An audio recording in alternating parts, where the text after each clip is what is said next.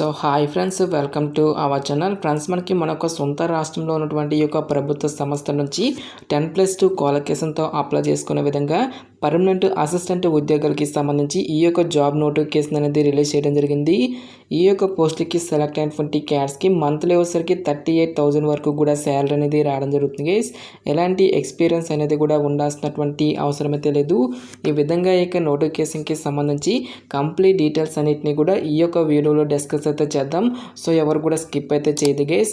First time మన ఛానల్ని visit చేస్తున్నట్లయితే కనుక సబ్స్క్రైబ్ అయితే చేసుకుని బెల్ ఐకాన్ కూడా యాక్టివేట్ చేసి పెట్టుకోండి. ఇంకా ఎవరైనా వీడియోని లైక్ చేయనట్లయితే కనుక డెఫినెట్గా వీడియోని లైక్ చేసేటువంటి ప్రయత్నం అయితే చేయండి guys. Okay, let's start the video. First of all ఇక పోస్టులకి సంబంధించి ఇంపార్టెంట్ డేట్స్ విషయానికి వచ్చేటైతే కనుక ఆల్రెడీ మనకి అప్లికేషన్ ప్రాసెస్ అనేది స్టార్ట్ కావడం జరిగింది. ఇక లాస్ట్ డేట్ విషయానికి వచ్చేటైతే కనుక మార్చ్ 22 వరకు కూడా ఈ యొక్క రిక్రూట్మెంట్కి ఆన్లైన్లో అప్లికేషన్స్ అనేవి సబ్మిట్ అయితే చేసుకోవాల్సి అయితే ఉంటుంది. సో ఇక పోస్టులకి సంబంధించి అప్లై లింక్స్ అన్నిటిని కూడా వీడియో డిస్క్రిప్షన్లోను కామెంట్ సెక్షన్లో అయితే ప్రొవైడ్ అయితే చేస్తాను గైస్. నెక్స్ట్ ఈ యొక్క వేకెన్సీస్కి ఎవరెవరు అప్లై చేసుకోవచ్చు అని చూసుకున్నట్టయితే కనుక ఆల్ ఇండియన్ నేషనల్ సిటిజన్స్ అందరికీ కూడా మనకి ఈక్వల్ ఛాన్స్ అనేవి ఇవ్వడం జరిగింది. అంటే మీరు ఏ స్టేట్కి చెందిన వారైనా సరే both male and female candidates ఇద్దరు కూడా ఈ యొక్క జాబ్స్కి అప్లై అనేది చేసుకోవచ్చు. సో పోస్టుల వారుగా వేకెన్సీస్కి సంబంధించిన డీటెయిల్స్తో పాటు పే స్కేలు నెక్స్ట్ మనకి ఏజ్ లిమిట్కి సంబంధించిన డీటెయిల్స్ కనుక చూసుకున్నట్టయితే కనుక ఈ యొక్క నోటిఫికేషన్ ద్వారా మనకి డిఫరెంట్ డిసిప్లిన్స్లలో ఖాళీగా ఉన్నటువంటి పర్మనెంట్ జూనియర్ సెక్రటరేట్ అసిస్టెంట్ ఉద్యోగులను అయితే రిక్రూట్మెంట్ అనేది చేయడం జరుగుతుంది. సో ఇక్కడ మనకి ఏ క్యాస్ట్ వరకు ఎన్నెన్ని వేకెన్సీ అనేవి కేటాయించినటువంటి కంప్లీట్ డీటెయిల్స్ని కూడా మనకి ఇక్కడ నోటిఫికేషన్లో ఇవ్వడం జరిగింది.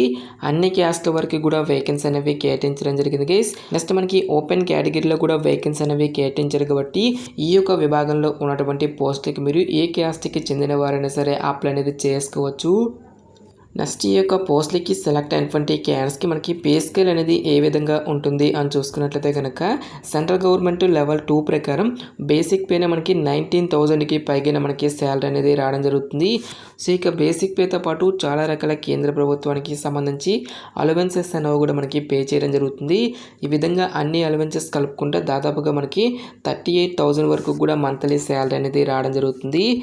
నెక్స్ట్ ఈ యొక్క పోస్టులకి సంబంధించి అప్లై చేసుకోవడానికి మీకు ఉండాల్సినటువంటి ఏజ్ లిమిట్ విషయానికి వచ్చేట్లయితే కనుక సో మీకు మినిమం ఏజ్ అనేది 18 ఇయర్స్ అయితే కంప్లీట్ అయి ఉండాలి.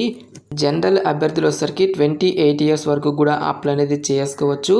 నెక్స్ట్ మనకి క్యాస్ట్ వరకు కూడా ఏజ్ రిలాక్సేషన్స్ అనేవి ఉంటాయి కాబట్టి ఓబీసీ క్యాండిడేట్స్ వచ్చేసరికి 31 ఇయర్స్ వరకు కూడా అప్లై చేసుకోవడానికి ఛాన్స్ అనేది కల్పిస్తూ ఉన్నారు. ఎస్సీ ఎస్టీ కేటగిరీ వరకు మనకి సపరేట్గా పోస్టులు అనేవి కేటాయించలేదు కాబట్టి ఆ యొక్క క్యాండిడేట్స్ అందరూ కూడా ఓపెన్ కేటగిరీలో ఉన్నటువంటి పోస్ట్కి మీరు అప్లై అనేది చేసుకోవచ్చు. నెక్స్ట్ పోస్ట్ వరకు ఎసెన్షియల్ ఎడ్యుకేషనల్ క్వాలిఫికేషన్ విద్యా అర్హత విషయానికి వచ్చేట్లయితే కనుక 10+2 ఆర్ ఇట్స్ ఈక్వలెంట్ క్వాలిఫికేషన్ అని చెప్పేసి ఇవ్వడం అనేది జరిగింది. సో మరి ఏ విభాగంలో ఇంటర్ పాస్ అయినా ఐటీఐ చేసినా డిప్లొమా కంప్లీట్ చేసినా సరే ఈ యొక్క జాబ్స్కి మీరు అప్లై అనేది చేసుకోవచ్చు. సో దీంతో పాటుగా మనకి టైపింగ్కి సంబంధించిన స్కిల్స్ అయినా కూడా మనకి అడగడం జరుగుతుంది. ఇంగ్లీష్ లాంగ్వేజ్లో వచ్చేసరికి 35 వర్డ్స్ పర్ మినిట్, హిందీ లాంగ్వేజ్లో వచ్చేసరికి 30 వర్డ్స్ పర్ మినిట్ టైపింగ్కి సంబంధించిన స్కిల్స్ అయినా కూడా మీకు ఉండాలి అని చెప్పేసి ఇక్కడ మనకి జాబ్ డీటెయిల్స్లోనే క్లియర్గా మెన్షన్ చేయడం జరిగింది. నెక్స్ట్ ఈ యొక్క పోస్టులకి సంబంధించి అప్లికేషన్ ప్రాసెస్ విషయానికి వచ్చేటైతే కనుక ఓన్లీ ఆన్లైన్లోనే అప్లై చేసుకోవాల్సి అయితే ఉంటుంది. అప్లికేషన్ ఫీజుకి సంబంధించిన డీటెయిల్స్ కనుక చూసుకున్నట్లయితే కనుక SC ST PW all women క్యాండిడేట్స్తో పాటు ఎక్స్ సర్వీస్మెన్ క్యాండిడేట్స్ ఎవరైతే ఉంటారో ఈ యొక్క క్యాండిడేట్స్ ఎటువంటి అప్లికేషన్ ఫీజు అనేది కూడా పే చేయాల్సినటువంటి అవసరం అయితే లేదు. ఈ యొక్క క్యాండిడేట్స్ అందరూ కూడా ఫ్రీగా అప్లై అనేది చేసుకోవచ్చు గైస్.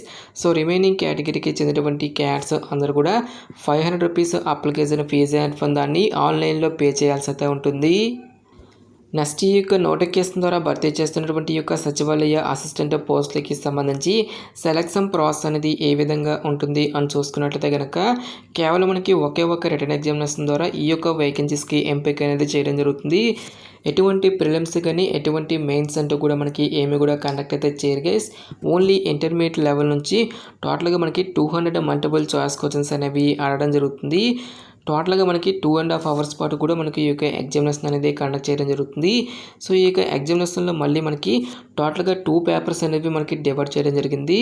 పేపర్ 1 వచ్చేసరికి మనకి టోటల్గా 90 మినిట్స్ పాటు కూడా కండక్ట్ చేయడం జరుగుతుంది గైస్. టాపిక్స్ కనుక చూసుకున్నట్లయితే కనుక మెంటల్ ఎబిలిటీ టెస్ట్కి రిలేటెడ్గా 100 మల్టిపుల్ చాయిస్ క్వశ్చన్స్ అనేవి అడగడం జరుగుతుంది. 200 మార్క్స్. ఈచ్ వన్ కరెక్ట్ ఆన్సర్కి ఇక్కడ మనకి 2 మార్క్స్ అనేవి కేటాయిస్తారు. పేపర్ 1లో మనకి ఎటువంటి నెగిటివ్ మార్క్స్ అంటూ కూడా మనకి ఏమీ కూడా ఉండవు గైస్. సో అన్ని క్వశ్చన్స్కి కూడా మనము అటెంప్ట్ అనేది చేయొచ్చు.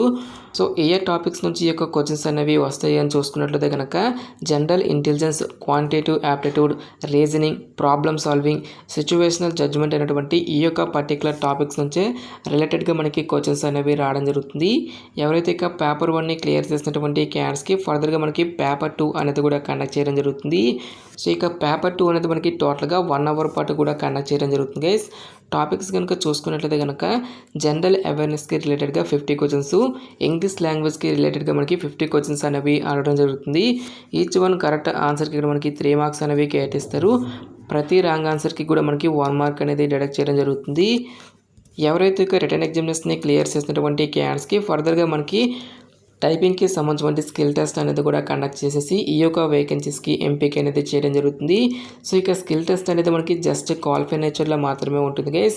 ఫైనల్ మెరిట్ అనేది మాత్రం ఓన్లీ పేపర్ 2ను బేస్ చేసుకొని అభ్యర్థులను అయితే షార్ట్ లిస్ట్ అయితే చేయడం జరుగుతుంది.